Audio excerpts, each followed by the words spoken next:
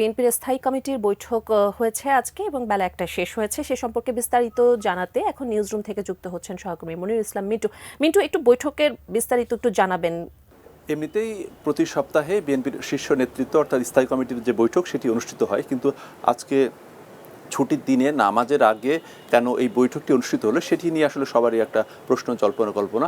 এর কারণ সেটিও আসলে ধারণাই করা যায়, কারণ গত বুধবার নিষিদ্ধ ঘোষিত ছাত্র সংগঠন ছাত্র লীগের যে ফেসবুক পেজে ঘোষণা আসে যে শেখ হাসিনা লাইভে আসবেন, এবং এরপরে তিনি লাইভে এসেছিলেন এবং তিনি বক্তব্য রেখেছেন, এবং সেই ঘটনার প্রেক্ষাপট ধরে গত দু তিন দিন ধরে সারা বাংলাদেশে যে একটা অস্থিতিশীল পরিস্থিতি তৈরি হয়েছে, সেক্ষেত্রে এই মুহূর্তে সবচেয়ে বড় রাজনৈতিক দল হিসেবে বিএনপির আসলে অবস্থানগত জায়গায় কি, সেই বিষয়গুলো নিয়েই মূলত আসলে সেই বৈঠক অনুষ্ঠিত হয়েছে এমনটা আমরা জানতে পেরেছি বৈঠক সূত্রে।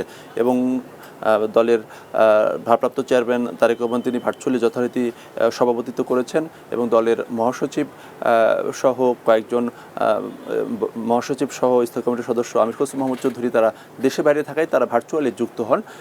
এবং বিএনপি আপনি জানেন যে দীর্ঘদিন ধরেই, অর্থাৎ এই সরকার গঠন হওয়ার পর থেকে বিএনপি একটি যৌক্তিক সংস্কার মাধ্যমে দ্রুত নির্বাচনে যে দাবি জানিয়ে আসছে, এবং গত 15-20 দিন যাবৎ বিএনপি কিন্তু যে নির্বাচনের দাবি, সেই দাবিটিকে কিন্তু আরও জোরালো করে আসছিল। তেমন একটি প্রেক্ষাপট ধরে সারা দেশে যে একটা অস্থিতিশীল পরিস্থিতি তৈরি হয়েছে, সেক্ষেত্রে সরকারের ভূমিকা, ছাত্র সংগঠনগুলোর ভূমিকা, বিএনপির কি ভূমিকা, সেই বিষয়গুলো নিয়ে মূলত আলাপ আলোচনা হয়েছে। সানবিট সব দিবে সামাল। সানবিট ম্যাজিক প্রেস ডিশওয়াশিং এর মাথা ঘোরানো সলিউশন।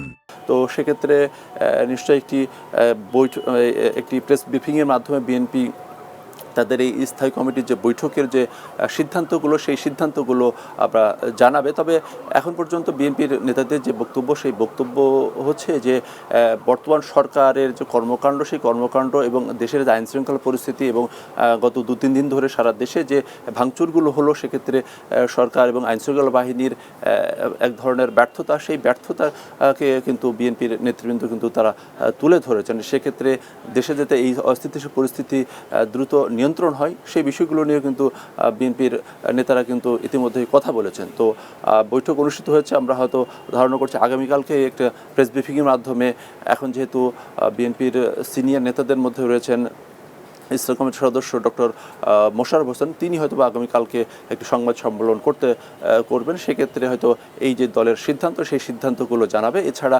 জুলাই গণঅভ্যুত্থানের যে ঘোষণাপত্র নিয়ে বিএনপির যে ঘোষণাপত্র, সেই বিষয়গুলো নিয়েও আলাপ আলোচনা হয়েছে বলে আমরা বৈঠক সূত্রে জানতে পেরেছি।